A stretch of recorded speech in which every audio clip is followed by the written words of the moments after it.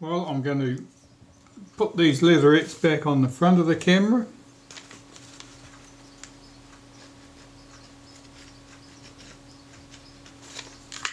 So I'll apply some adhesive and make sure it's spread out evenly, particularly getting to the edges.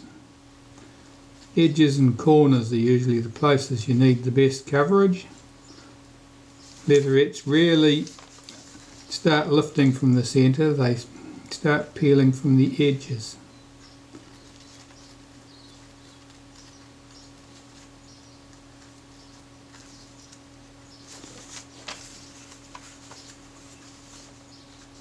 Just make sure I've got good coverage, no great lumps.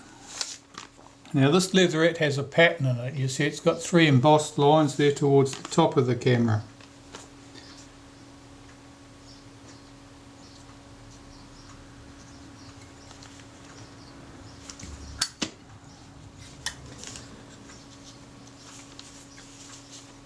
Well, that needs to come right round, does it? What have I done?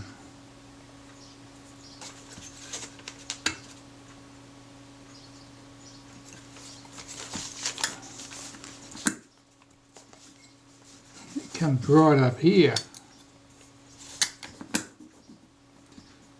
I'm busy fitting it against that edge there, which of course was not the right place. Make sure it's centered top and bottom. Fit it in against that hinge line there, the catch line there at the back. It's a bit reluctant to sit down flat there.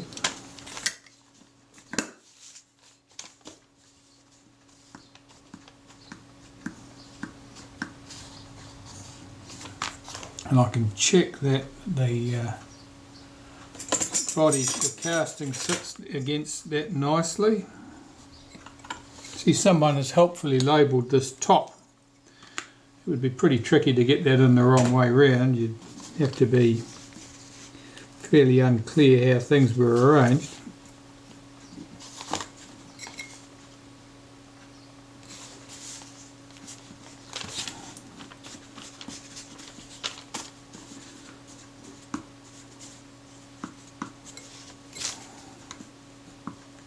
The crack in the leatherette's fairly visible there, but that will probably disappear later on.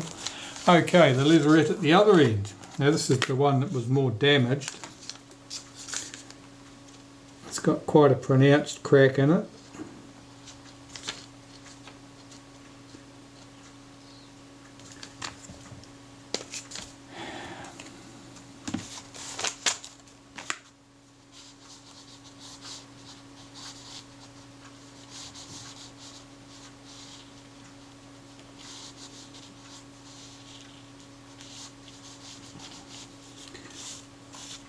So if I had no leatherette to do this job, what would I do? Well, the later retinettes had a plain leatherette on the back of the camera. In other words, it didn't have anything embossed in it at all. And so if I took the leatherette from the door of a later retinette, a 1A or something along those lines, I could probably cut a leatherette patch which would not look out of place on this camera.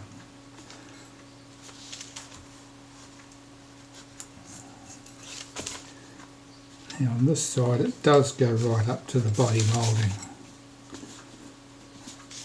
Yes, I'm going to get this centered top and bottoms. The chrome trim comes around here. I like to keep that as even as possible. Often with leatherettes there'll be some shrinkage, and so that the leatherette will not lie down as cover right to the edges as much as you'd like. This is looking pretty good. Get it into that hinge line there. Just rub that adhesive loose.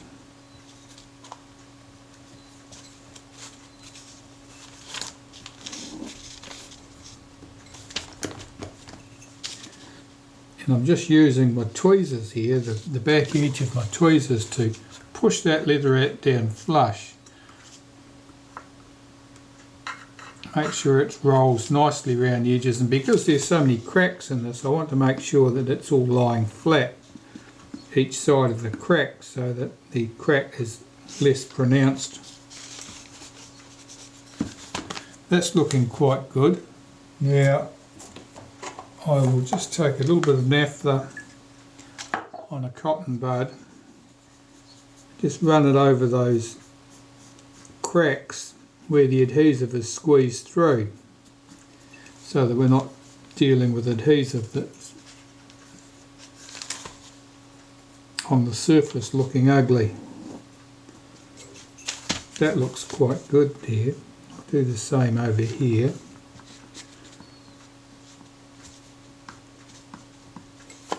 Yeah, this crack has got adhesive from the earlier repair in it, so it's probably not going to rub away that adhesive quite so easily.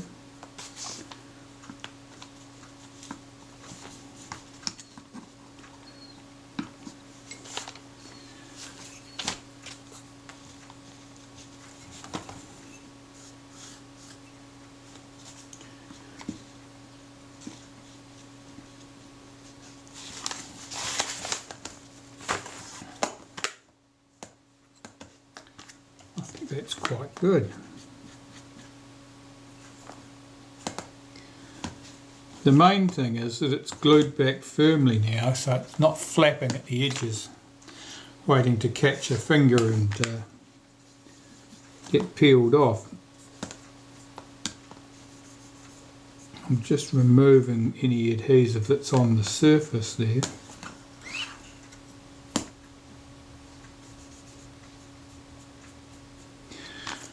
Right, that'll do for that part of the job. Now we can start doing some of the reassembly of the mechanical parts. I'm going to start reassembling the mechanical components from the film advance first. So I've got two areas that I use this graphite grease in. One is the clutch assembly, and I use it because I just like the way it works. I like the way the clutch action feels when it's been used. And on the film advance shaft itself, at the bottom here where the bush, where the shaft runs through the bush, I find it useful there too, that it's very good at clinging to the surfaces and leaves a good film of grease in there.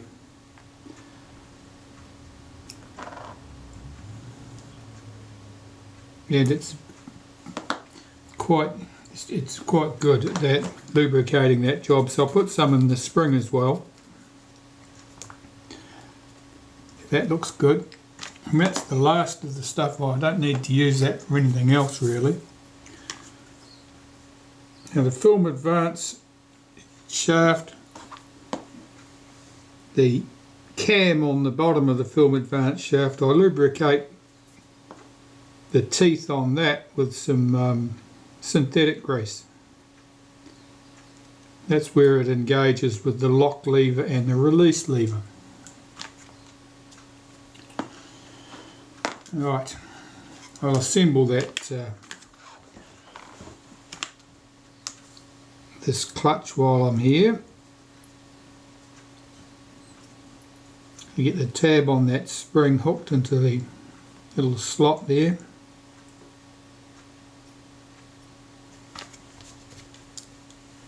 And I find if I grab it with a pair of crimp lug pliers, I can revolve it in my fingers to pull that spring in, put the outer component of the clutch in place, and typically it'll slip straight in.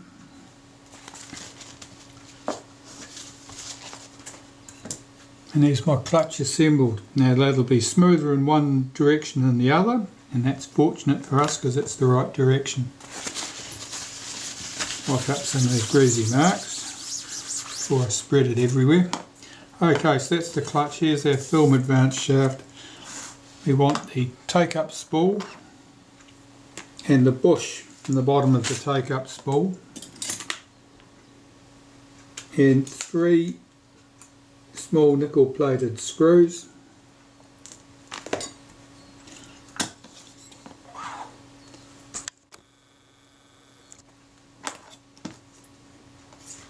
Start by putting the bush into the base of the take-up spool. Drop that into place.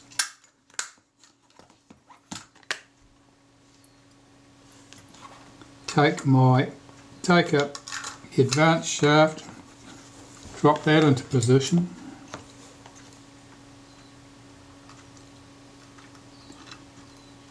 That's my neutral position there, that's where the lock lever would fit and that's where the release lever would fit. My screw holes are there.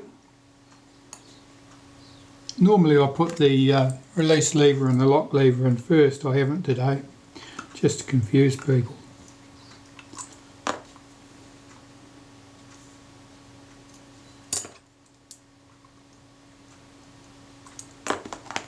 Get the 3 screws in place and then tighten them up. They should be well aligned, but it's easier if you get screws all in and then tighten them up rather than tighten the first one up and then wonder why you can't get the second one to tighten. Okay, so that's in place. Check that the take-up spool moves freely on there, it does. Right, lock lever and release lever. Let's put them in place.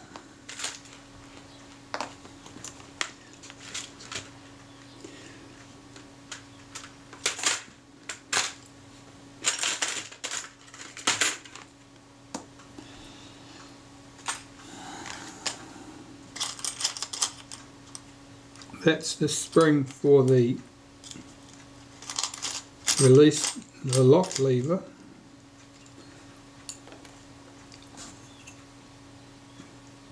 That there with a larger diameter wire and more coils, that's for the release lever.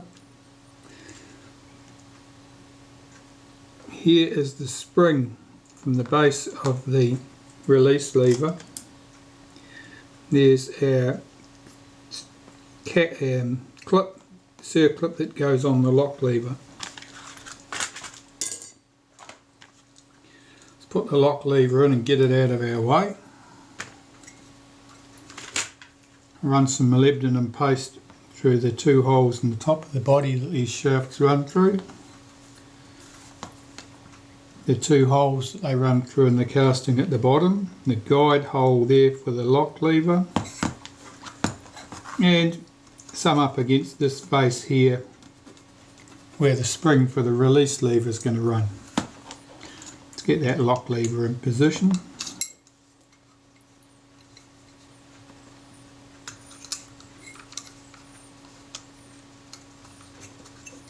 That's all in place. I'll put its spring in position. That's the finer of the 2 springs. Now I'm holding that down with my thumbnail while I pick up the clip, the little E clip or C clip, get that in position, clip it into place. So that lever's all sprung loaded now. That's the lock lever's job, is to lock the film advance when you reach number 1 with your frame counter. So this spring on the base of the release lever, which I took off while I was cleaning the release lever so it didn't get damaged. I'll just check that that's nice and flat and adjust it slightly so that it is.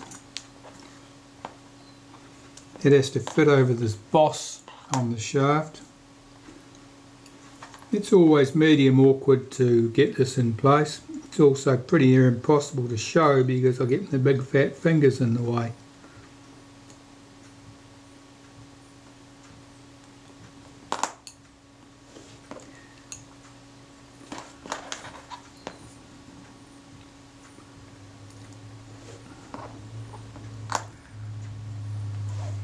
You have to sort of wriggle it over that boss. It's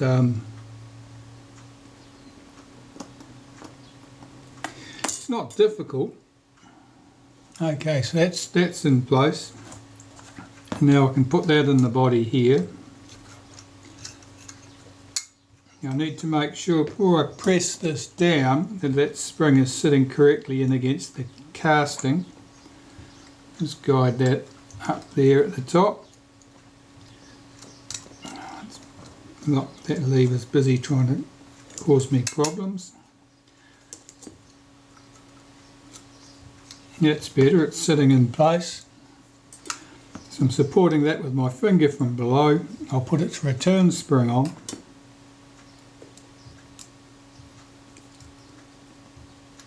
Get the screw started at the top. I was able to start that with my fingers, that's not always the case. Just run that screw down until the spring is under tension. And you can see that that moves there. So that's good, that's that part dealt with. Our clutch can go in here. I'll run a bit of synthetic grease around the inside of that clutch. That fits over the shaft, that drops into place. Here's the bush that guides the top of the film advance shaft. The gear here is devoid of lubricant because it's been through the cleaner. So I'm just forcing a bit of grease in there. This is the synthetic grease again. Put that in place, and if I roll the take-up spool with my thumb, that'll engage the gear on the clutch with this gear and allow this to fall down into position.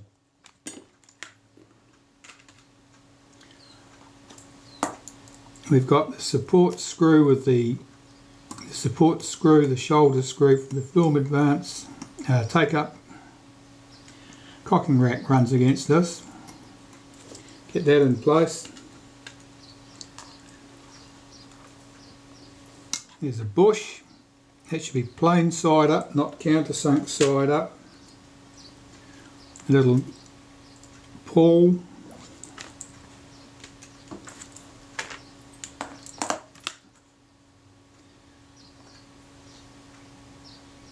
And a screw that holds those pieces in place.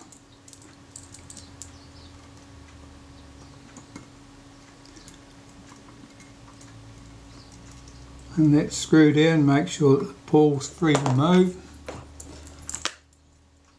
I'll nip those two screws up. And I'll fit the spring onto that pawl.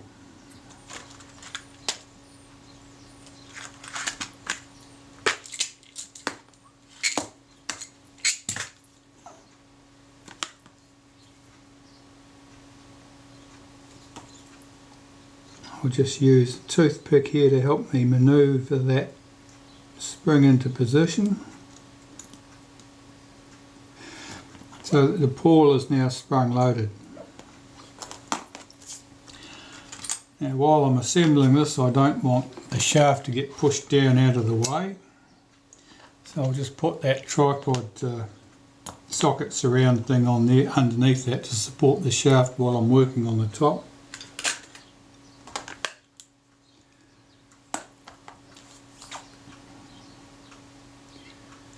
Here I've got the gear from the top. Let's run some synthetic grease through that. That should rotate anti-clockwise. It should drop in position, engaging the gear like that.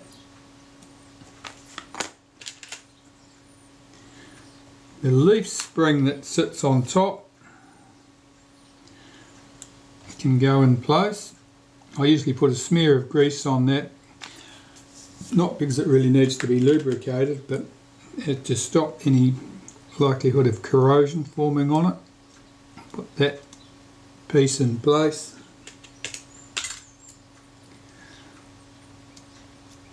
That drive dog there in place. The washer.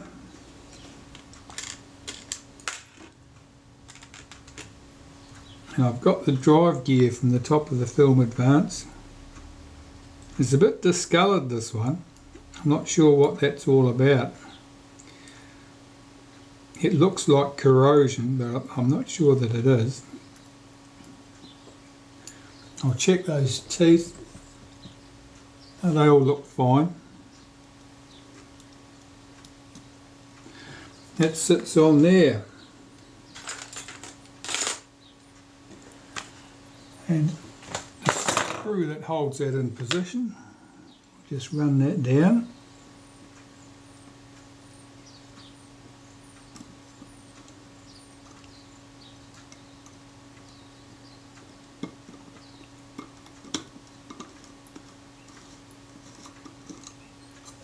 The lock lever is holding our shaft from rotating, so I can tighten that screw up. That's that part done. I'll flip this up and I'll need to get the catch in for our rewind button. We're taking our catch for the rewind button. This is the job of this part, is to hold the rewind button clicked up in position once you press the rewind button until such stage as the film advance lever is moved, in which case it disengages. So we'll get that in place. Otherwise you would have to hold your finger on the rewind button the entire time you were winding the film back into the cassette, which is not that unusual. There are plenty of cameras where that's the case, but it's a minor inconvenience and one you could well do without.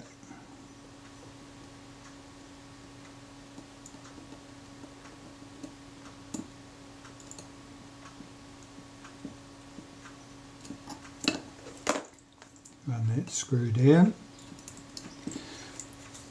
Make sure that the lever is free on there, that it's not trapped underneath one of the shoulders of the screw. That's all good. And I'll get its spring hooked up round here. I'll pick that up, the tip of that up with a pair of tweezers, lift it over the back. Here it is, that's sprung loaded. Now we want our sprocket shaft in place, and our film sprocket slot side up into the back here.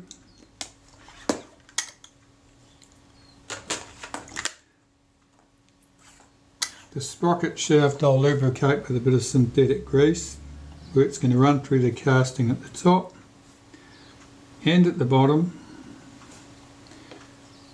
Usually I'll put a bit on the teeth of the gear as well, for good measure. That should slide down in here, through the sprocket, and you may have to guide that into position at the bottom of the camera. I'll swing that lever back. That's all dropped into place. Now there's a single screw that sits in here, and that drives the sprocket from the sprocket shaft.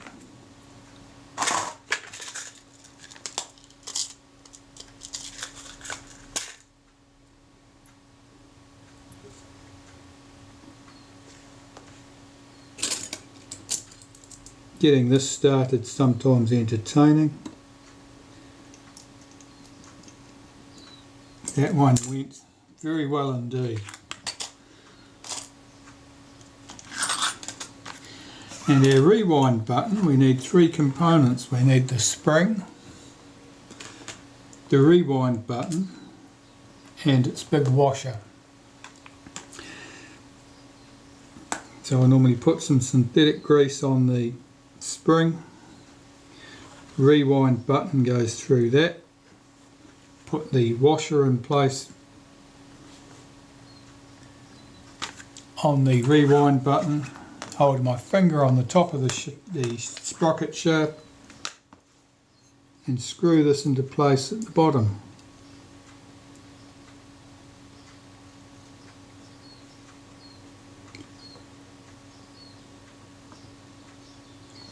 Now when it's correctly positioned, the button will move. The shaft on the button will pass through the washer. That's correct. If it's catching on the shoulder of the screw, it won't, of course, and you'll have to move it. I'll just tighten that up. I use the pliers to tighten that up, but I'm holding the sprocket with my thumb while I'm tightening it, which gives me a good indication of how tight I'm doing it. If it hurts your thumb, it's tight enough.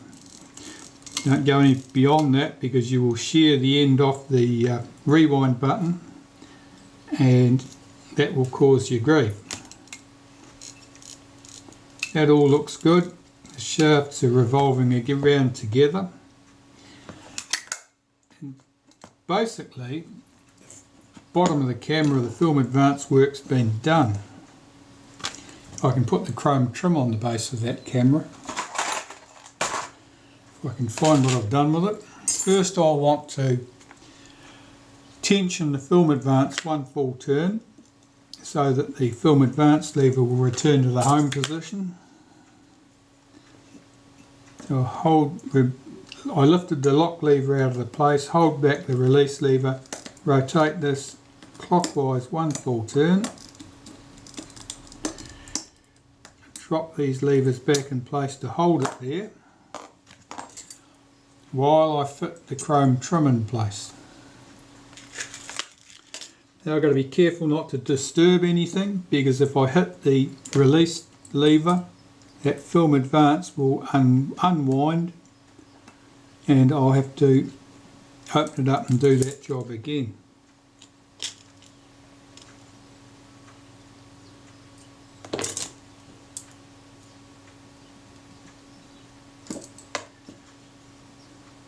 I'll get 3 screws in place here at the end of the body.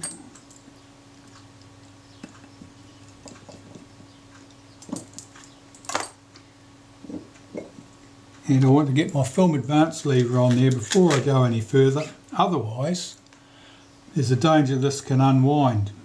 If it doesn't have a film advance lever on the bottom, or it doesn't have the cocking rack at the top, it's always prone to unwinding itself at some inconvenient moment.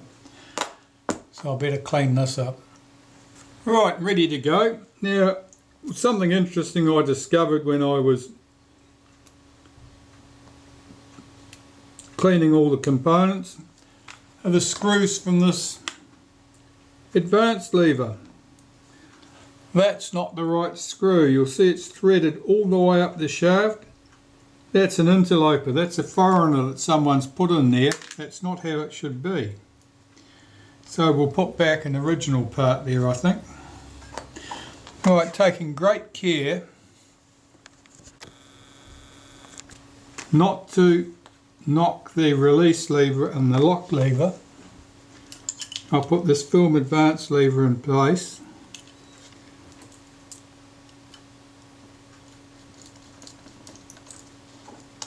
And get the screws in.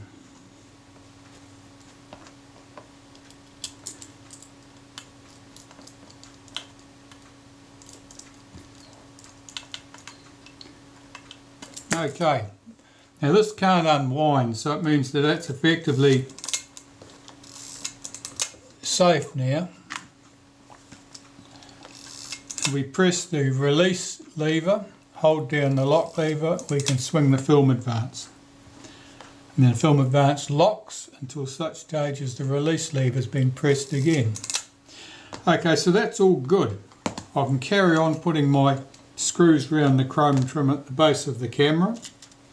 And I can put that tripod socket in place too, I suppose. I might do that first because it can be a bit awkward wriggling things in otherwise.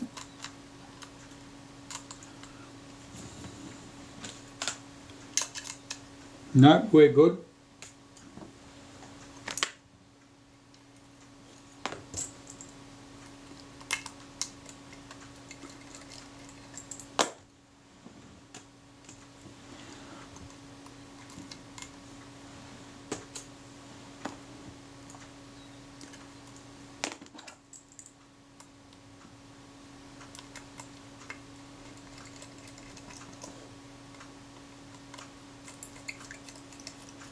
Okay, they're all in place. I'll just go around and tighten them.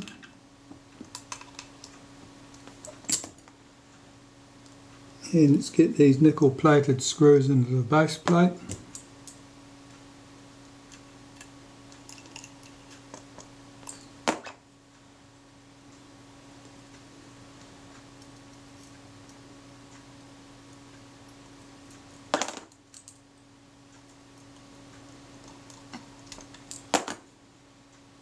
Now I haven't put the leatherette on the base of the camera at this stage because we need access to these two screw holes here and here, because that's what holds the piece in place at the top, the plate at the front of the camera. I was just checking there that this screw wouldn't foul this piece, but I see that this piece has a piece machined out of it. It has clearance for that screw. That's good. Okay, well that part's looking quite good.